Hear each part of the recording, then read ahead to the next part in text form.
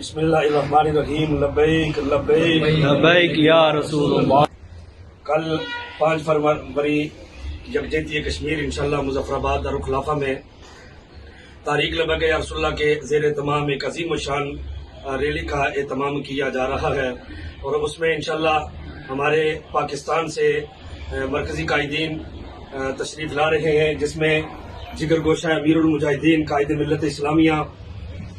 علامہ صاحبزادہ حافظ سعد حسین رضوی صاحب،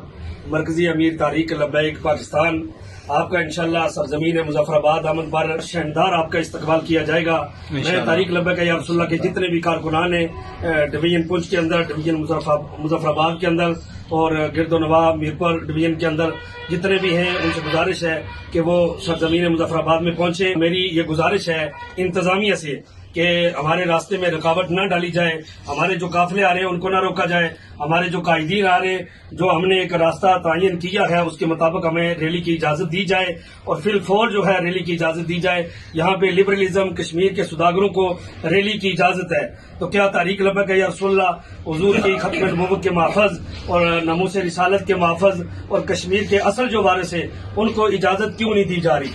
آزاد کشمیر کی حکومت دارالخلافہ کا ماحول خراب نہ کرے اور ہمیں ہمارے قائدین کو یہاں آنے دیا جائے اور ہمارے راستے میں کوئی بھی رکاوٹ نہ ڈالی جائے۔ تحریک لبیک یا رسول اللہ بڑی پرامن جماعت ہے، اور انشاءاللہ یہ اصل وارث ہے کشمیریوں کی۔ ہم کشمیریوں کی ماؤں بہنوں بیٹیوں کا انشاءاللہ خون کا بدلہ تلوار سے جہاد سے انشاءاللہ لیں گے، اور انشاءاللہ کل بروز جمعہ 5 فروری یکجہتی کشمیر ریلی تحریک لبیک یا رسول اللہ کے زیر اہتمام سیلی سرکار دربار سے انشاءاللہ نماز جمعہ کے بعد قائد ملت اسلامیہ جگر گوشہ امیر المجاہدین کی قیادت کے اندر اپنا جو روٹ متعین کیا گیا ہے اس کے مطابق انشاءاللہ ہر 2 صورت میں نکلے گی۔ کارکن کسی بھی غلط خبر کے اوپر دھیان نہ رکھے۔ لبیک لبیک یا رسول اللہ، لبیک لبیک لبیک یا رسول